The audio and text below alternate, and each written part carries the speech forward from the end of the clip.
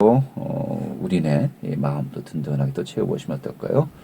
자, 월요일에 책갈피 오늘도 안정환 작가 자리했습니다. 어서 오시죠. 예, 안녕하세요. 네, 반갑습니다.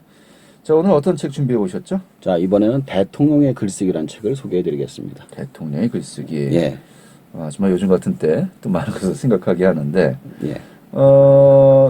이게 아마 제가 알기로는 그 노무현 대통령 예. 그 연설 비서관 했던 분이 이제 작가죠? 맞습니다. 예, 좀 소개 좀 해주시죠. 자, 청와대에서 연설 비서관으로 일했던 저자 강원국 씨가 8년간 두 대통령의 직접 보고 듣고 배운 이야기를 가지고 쓴 책입니다. 네. 이 저자는 대우그룹 회장과 효성그룹 회장의 연설문도 작성한 경험이 있기 때문에 정치 경제계의 거인들의 이야기를 통해서 사람들을 움직이는 글쓰기를 이야기해주고 있습니다. 네. 그래서 글쓰기 기술이 이 책에 40가지 방법으로 나와 있습니다. 네, 그래요. 사실 요즘 같은 상황이 이제 처음 벌어졌던 정말 일종의 스모킹건이라고 하죠. 예. 정말 이 사태의 어떤 전환점이 되었던 것이 이 최순실 씨 이제 태블릿 PC가 공개되면서였습니다만 거기서 결정적인 것이 연설문을 예. 최순실 씨가 수정을 했던 예. 다듬었건 관여했다. 예. 이게 시작 아니겠습니까? 맞습니다. 많은 분들이 그래요. 아니 연설문을 다듬은 것이 예. 뭐 그렇게 대단한 일이냐라고 예. 이야기하시는 분도 있습니다만은 예. 이게 대통령의 연설문이라는 것이 굉장히 상징적인 거 아닙니까? 맞습니다. 이 대통령의 연설문은 단순한 연설문이 아니라 그 나라의 방향 그리고 그 나라 사람들의 분배가 다 들어가 있는 거예요. 네. 그 안에 모든 집단들의 이해관계를 다 설명하는 거기 때문에 네. 아무나 손대서도 안 되고 아무나 써서는 더더욱 안 되는 것이죠. 그렇죠. 대통령의 철학과 국정 방향, 그렇죠. 또 앞으로의 여러 가지 상황까지 다 고려해서 만들어지는 것이 바로 대통령의 연설문인데 맞습니다. 이것을 일반인이 관여했다. 여기에 대해서 이제 사람들이 이제 놀라기 시작한 거였고요. 예. 자, 그런데 또 다들 알다시피 김대중 대통령과 노무현 대통령 이 연설문에 있어서 굉장히 많은 신경을 썼고요. 맞아요. 정말 이분들은 말과 글에 있어서는 당대 제리다라고 해도 과언이 아니었던 분들이지 않습니까? 맞습니다. 이분들의 대통령 연설문을 작성했다. 예. 그만큼 어떤 인물인지 또 많은 분들이 궁금해할 수밖에 없는 것인데요. 예. 이 저자 강원국 씨 처음에 어떻게 대통령 연설문의 담당자가 되었다고 하는 겁니까? 우선 담당자가 되기 전에 글과의 인연부터 먼저 소개를 해드릴게요. 네. 1990년으로 올라갑니다. 당시 대우증권사에 입사를 했는데요. 옛날엔 입사할 때 아무 보직이나 막 줬대요.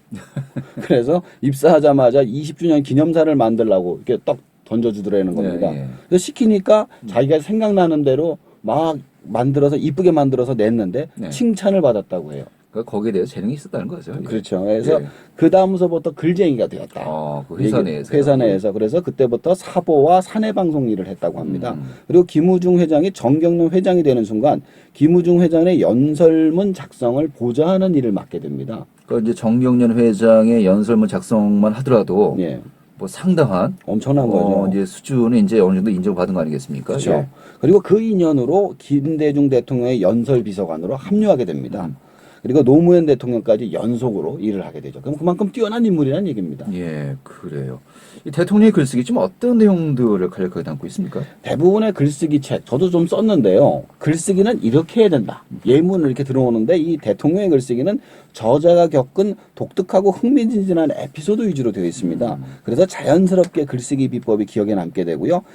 대한민국을 뒤흔들었던 대통령의 무수한 문장들, 그리고 위기의 순간에 발표한 연설문이 읽힌 리얼리티가 독자에게 웰메이드 드라마를 보는 듯한 그런 네. 느낌을 전해주고 있습니다. 예, 아까도 이야기했지만은 김대중 대통령과 노무현 대통령 이 당대 글을 쓰고 또 자신의 어떤 철학을 표현하는 데 있어서는 당대 예. 정말 최고였던 분들 아니겠습니까? 예. 그분들의 눈에 만족하기 위해서는 예. 정말로 엄청난 여러 가지만의 에피소드들이 있을 수밖에 없는 것이었는데요. 맞습니다. 예. 또 이제 스타일도 굉장히 달랐다고 하죠, 두 분이. 두 분이 굉장히 달랐어요. 네. 김대중 대통령 같은 경우에는 굉장히 사색을 깊이 해서 혼자서 글을 써가지고 이렇게 써오라는 형태였고, 네. 노무현 대통령은 토론을 엄청나게 했다고 해요. 그 토론에 집중을 해가지고 마지막까지 토론을 해서 문장을 다듬었다고 합니다. 네. 그러니까 사실 또 이제 이 저자가 두 분 대통령의 어떤 에피소드도 얘기했습니다만은 이제 하는 얘기가 그거예요.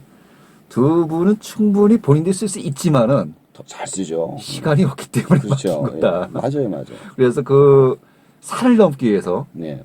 정말로 많은 그 고민과 네. 고생을 했다라고도 네. 이야기하더군요. 그 맞습니다. 에피소드들이 또 아까 이야기했던 네. 그런 과정들이 남아 있습니다만은. 자, 그럼 이제 좀 제대로 내용을 좀 들어가기 전에 이 부분부터 우리가 좀 그 근본적으로 알아봐야 될 것 같아요. 왜 글쓰기가 필요하다라고 네. 이렇게 이야기하고 있습니까? 자, 우리가 학교에서 공부를 하고 시험을 볼 때 읽기는 많이 합니다. 근데 쓰기는 안 하죠. 네. 그리고 듣기는 많이 하지만 네. 말하기는 안 합니다. 의외로 본인의 머릿속에 있는 것을 다른 사람에게 표현한다. 예. 이걸 참 어려워하는 분들이 많아요. 왜냐하면 훈련을 해본 적이 없으니까요. 네네. 비판을 받아본 적이 없으니까요. 그런데 이런 걸 가지고 훈련을 받아본 적이 없는 사람이 사회에 나오면 해야 돼요. 말을 해야 되고 글을 써서 누군가를 설득을 해야 되고 사람을 모아야 되고 어느 방향으로 가야만 합니다. 네. 그런데 여태까지 그런 식으로 훈련을 받지 않은 사람들이 글을 읽기만 하고 그 다음에 듣기만 했던 사람들이 사회에 나와서 뭘 어떻게 하겠냐라는 거죠. 그렇죠. 그래서 뭐 논리와 설득이 아니고 뭐 사회 현상이 그런 거 아니겠습니까? 가령 뭐 자동차 사고 나면 목소리 큰 사람이 이긴다. 그렇죠. 그리고 어떤 뭐 사회 뭐 조직 생활을 하면서도 아무래도 뭐 상사가 부하 직원에게 뭐 이러해서 이렇게 해야 되지 않겠냐가 아니라 그냥 억누르고 예. 하지 않으면은 뭐 안 되고 예. 이런 그 문화가 우리가 또 많이 있지 않습니까? 예. 그 결국 이제 글쓰기, 말하기 어떤 그 훈련과 철학이 부족하기 때문에 뭐 이런 그 사회 분위기가 된 것이 아닌가라는 또 지적도 있습니다만은 예. 바로 그런 부분에 있어서 또 필요하다라고 좀 봐야 되겠죠. 맞습니다. 예. 그러니까 이제 창의적인 사고가 필요한 세대는 넘어갔으니까 이제부터 글쓰기하고 말하기를 제대로 배우자. 이 네. 책이 나와 있는 내용이 그겁니다. 예, 그래요. 근데 여기에서 아까도 이야기했지만은 글과 말이 있어서 최고봉인 분들을 보좌하면서 예. 과연 어떤 식으로 해야 될지 어떻게 네. 보면 정말 가장 또 이 증인 또 살아있는 사례가 아닌가 싶네요. 네, 맞습니다. 자, 그런데 듣기와 읽기는 이해력과 독해력을 높인다. 예. 하지만 또 말하기와 쓰기는 창의력과 설득력을 높인다는 거 아니겠습니까? 맞습니다. 이 자체가 굉장히 또 이제 설득력 있는 또 그런 그 주장이 아닌가 싶습니다만. 예. 그럼 이런 이야기들 뭐 사례들 또 어떤 식으로 들면서 또 우리들에게 좀 이해시키고 있는지 좀 설명을 해 주시죠. 연설비서관이다 보니까요. 청와대 안에 속사정 이야기를 다 풀어냅니다. 그러니까 자칫 지루할 수 있잖아요. 네. 근데 이제 그 술을 먹고 연설문을 쓴 경우가 있었대요. 본인이요? 본인이 그래서 어. 광복절 경축사가 꼬랑지가 잘려서 나온 거예요. 마무리가 안 된 거죠. 아하. 대통령의 글을 받아 적기 위해서 화장실에서 기어 나왔던 그런 대통령이 막 전화로 부르는 거예요. 그랬더니 네네. 그걸 갖다 화장실에서 암기를 하려다 못 해가지고 나와서 막 받아 적은 경도 있고요. 고 김선일 씨 피랍 사건, 대연정 제안, 제2차 남북 정상회담, 또 북에서 쓴 대국민 연설, 이라크 파병 때 쓴 연설에 관한 일화, 또 그때 당시 연설 비서관이 얼마나 힘들었는지 그 중압관에 대해서 계속 쓰고 있는데 네. 그 이 양반이 그 과민성 대장증후군이 있는 거예요. 이제 매일 항상 긴장을 항상 긴장하고 있으니까 네. 그것 때문에 고생한 이야기가 계속 나옵니다. 그러니까 대통령은 그 이야기를 하시는데 네. 제가 좀 화장실 가야 되겠습니다. 그 얘기를 못 하는 거죠. 그렇죠. 예. 또 참다가 결국 얘기했던 그런 네. 얘기도 또 있고요. 정말 힘들었겠어요. 예, 그래서 자신을 버리고 대통령의 아바타가 되어 그 사람의 어떤 논리 구조, 호흡, 어투, 즐겨 쓰는 농담까지 다 받아 적었어야 되는 거예요. 예. 근데 일반인이 알 수 없던 연설비서관이라는 자리, 그리고 고스트라이터가 어떤 역할을 했고, 그다음 어떤 식으로 이야기를 했다라는 게 잘 조명되어 있습니다. 네, 알겠습니다. 그 사실 연설문 어떤 수준에 대해서는 퀄리티에 대해서는 이 참여정부와 또 DJ 정부 시절에는 없었지 않습니까? 어떤 방향에 대해서 좀 논란이 있었습니다만. 그렇죠. 네. 근데 사실 그 박근혜 정부에 있어서는 뭐 이제 와서 아 그랬구나라고 우리가 이야기하고 있지만은 어떤 수준, 퀄리티 이 부분에 대해서 정말 그 지적이 많았었거든요. 맞습니다. 아마 이런 부분에 대해서 우리가 또 그 여러 가지 많은 또 이야기를 할 수밖에 없겠습니다만은 예. 에피소드 그렇고요. 사실 또 글쓰기 기술 예. 어떠한 그 방향으로 어떤 방법으로 써야 되느냐 바로 이것도 이제 이 책에서 중요한 또 부분을 차지하고 있지 않습니까? 맞습니다. 예. 이게 40가지가 나온다고 말씀드렸잖아요. 저는 3가지만 말씀을 드리겠습니다. 독자와 교감하라, 메모하라, 제목을 붙여라. 이 네. 3가지만 말씀드리겠습니다. 교감하라, 메모하라, 제목을 붙여라. 예. 그럼 교감하라. 예. 어떤 식으로 이제 글을 쓰라는 겁니까? 우선 글이란 무엇일까요? 네. 글이란 기본적으로 대화입니다. 그렇다면 대화할 상대하고 교감을 하면서 글을 써야 된다는 것이죠. 근데 우리가 주로 글을 쓸 때는 어떻게 쓰느냐? 내 생각을 상대방한테 그냥 전달하듯이 씁니다. 왜냐하면 그 사람이 반박을 못하니까. 네. 그래서 더더욱 중요하다는 것이죠. 그래서 여기서는 뭐라고 얘기냐면은 첫 번째는 반박자만 앞서 나가라는 겁니다. 내 생각을 한꺼번에 풀면 상대방이 쫓아오지 못하기 때문인 거죠. 두 번째는 손을 놓지 말아라고 얘기합니다. 이 사람이 아는지 모르는지 계속 체크를 하면서 그 글 속에서도 이 부분은 정리를 해주고 이 부분은 또 정리해주면서 천천히 나가야지 읽는 사람이 편안하게 읽을 수 있다라고 얘기를 해주고 있습니다. 그게 굉장히 중요한 게요. 소위 그 대학 교수라든지 어떤 뭐 학자라든지 전문가분들이 쓴 글 예. 굉장히 어렵습니다. 못 알아듣는 경우가 많죠. 따라가기 힘들어요. 예. 그 사실 정말 힘든 게 누구나 쉽게 이해할 수 있도록 자신의 생각을 표현할 수 있는 능력. 이게 정말 굉장한 능력이라는 거 아니겠습니까? 맞습니다. 바로 그 부분을 강조한 것이 아닌가 싶은데 맞아요. 내가 아는 지식을 풀어내는 건 중요합니다만은 과연 이 말을 듣든지 이 글을 읽는 사람들이 이해할 수 있겠느냐. 쉽게 어려운 주제라도 이야기할 수 있는 것. 이게 굉장히 중요하다는 거죠. 바로 이게 그 교감을 할 수 있느냐. 그렇죠. 그 부분을 강조한 것이 아닌가 싶네요. 맞습니다. 네, 그래요.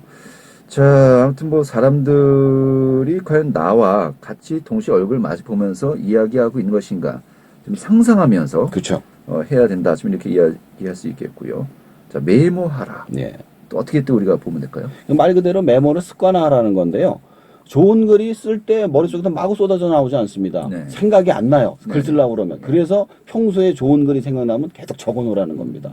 또 한 가지는 어떤 상황이 벌어지게 되면 그 상황을 기록을 계속 해 놓으라는 거죠. 네. 그래서 메모에 관한 재미있는 에피소드 두 가지가 있는데 하나는 아까 화장실에 뛰쳐나온 얘기고요. 네. 또 하나는 이제 해변가에서 이제 팬티만 입고 있는데 전화가 온 거예요. 예. 근데 받아 적을 게 없잖아요. 그래서 해변가 모래사장에다가 그걸 받아 적는 그런 이야기가 또 나오고 있습니다. 예. 극한 직업이었군요. 예, 초극한 직업이죠. 예. 알겠습니다. 예. 자, 제목을 붙여라. 이 제목을 붙인 것도 왜 이렇게 중요할까요?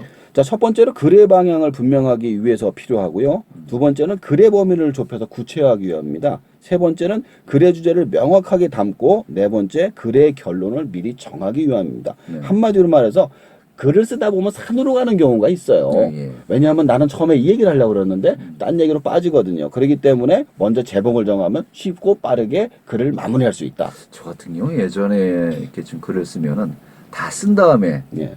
제목을 이제 정했거든요. 그건 문학 작품의 경우고. 예. 근데 이거는 이제 연설문이나 이런 어떤 목적이 위한 글이잖아요. 그런 경우에는 제목부터 정해놓고 나머지 사례를 푸는 게 훨씬 더 좋다라고 얘기를 해주는 거죠. 어떤 주제라는 것이 이 제목에 들어가 있는 거니까 그렇죠. 이것을 벗어나지 않아야 그렇죠. 좀 일관성이 있고 예. 이 논리력도 더욱더 배가 될 수밖에 없는 것이 아니냐. 그 방향을 처음부터 정하고 가라. 이렇게 이해할 수 있겠군요. 그렇습니다. 제목을 정하라는 것이요. 예. 좀 이 책 보면서 어떤 생각을 하게 되었습니까? 저도 책을 쓰는 사람이다 보니까요. 글을 어떻게 써야 될까 고민이 굉장히 많습니다. 근데 이 책에서 나온 기술들을 보니까 굉장히 쉽게 쓰는 법이 있더라고요. 네. 그래서 그 글 속에 그 사람의 인생과 철학이 녹아 있을 때 비로소 빛이 난다. 이런 생각을 다시 한번 하게 되었습니다. 예, 그래요. 좀 어떤 분들에게 특히 이제 이 책을 추천하고 싶으십니까? 가끔씩 저한테 와서 책 쓰고 싶다는 분들이 계십니다. 그분들한테 진짜 추천해드리고 싶은 게요. 글을 어떻게 써야 되는지 방향조차 한 줄조차 쓰기가 힘들다고 얘기를 하세요. 네. 그때 제가 말씀을 드리는 게 이런 식으로 얘기해요. 일단은 자기 생각을 적어놔라. 그리고 적어놓은 거를 정리를 해서 붙이면 그게 나중에 책이 된다. 근데 이 책을 읽어보면 훨씬 더 쉽게 아마 도움이 될 것 같습니다. 그래요. 자, 대통령의 글쓰기 강원국 작가의 작품이었고 또 이것과 좀 이제 쌍둥이 책이라고 또 얘기할 수 있는 것이 대통령의 말하기라고 또 있지 않습니까? 있습니다. 예, 작가 윤태영 수관이었나요? 예, 맞아요. 예. 그것도 제가 지금 준비 중에 있습니다. 나중에 다 정리가 되면은 소개를 해드리도록 하겠습니다. 비슷한 내용이 될 수 있지 않을까요? 일단 저자의 경험으로 따지면 전혀 달라질 수가 있죠. 그래요. 그렇죠. 이거 책도 보면은 경험을 바탕으로 글쓰기를 얘기했기 때문에 거기도 경험을 바탕으로 말하기를 얘기하면 좀 달라질 수가 있습니다. 네, 알겠습니다. 어떻게 보면은 정치인들은 자신의 생각을 어떻게 다른 사람들에게 많이 이제 이야기하면서 그 본인의 주장에 많은 사람들이 동의를 하게 하느냐, 이게 바로 힘 아니겠습니까? 맞습니다. 그 힘이 어느 정도 있는 분들은 뭐 정말 작은 정치를 하는 것이고, 그 힘을 그 대한민국 국민들 중에 상당수가 다수가 인정할 수 있을 때 그건 바로 힘이고 권위가 되고 우리가 소위 얘기하는 그 투표를 통해서 권력을 쥐어주게 되는 것인데 맞습니다. 어떻게 보면 그 가장 기본적인 과정을 우리가 잊어버려서 산 것이 아닌가 싶어요. 네, 그러게요. 예, 알겠습니다. 좀 요즘 같은 그 시국이 또 다시 한번 좀 생각하게 하는 그런 책들이 아닌가 싶네요. 네, 오늘 잘 들었습니다. 고맙습니다. 네, 감사합니다. 네, 한지환 작가였습니다.